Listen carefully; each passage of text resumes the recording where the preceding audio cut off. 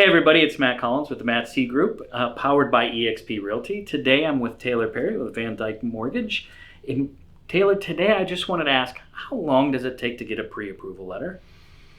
Well, there's two answers to that question. There's two different kind of pre-approvals. So if you are in the house and you need to get a pre-approval now, ideally not the best time to do it. Right. Should plan for it, should try and get that done a little bit earlier, but that happens.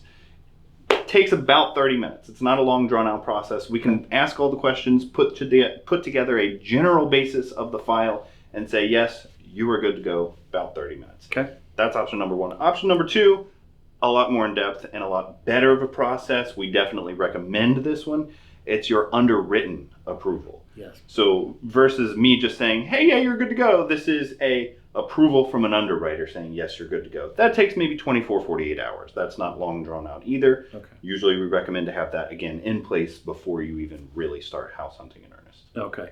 And so I know when we first meet with our clients, we do try to get you engaged early because we know that, especially in today's market, that house hunt might take a little longer than we expect. Exactly. And so why not make the best use of our time? Right. We know that after we find that perfect home, we tend to get a little crazy anyway with inspections and negotiations. Yeah. So if we can get that underwritten pre-approval done, and I think probably the hardest part is just getting started, right? I mean, you guys will walk a client right through that entire process. Oh yeah.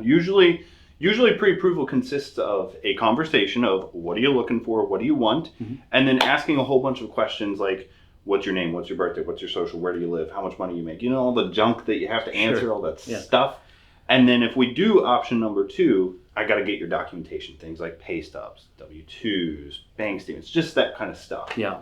It's not. But now during that process is a great time for the buyer to start asking questions. Oh yeah. Instead of being in the heat of the moment, standing in the kitchen saying, absolutely, we have to get this house right now. Absolutely. Right? If we go through the underwriting, take the pressure off, but now we can start asking questions, right? Well, how much does this $200,000 payment look? Yep. We can start getting proactive with our financing and budgeting rather than the panic fire drill type. And you can know how much the house is going to cost you before you even go see it, before you get your heart set on it, and oh my God, this is the one. Oh, yeah. Now you know what your payment is going to be, so you know what you're getting yourself into. Yeah. That's awesome. Thank you very much.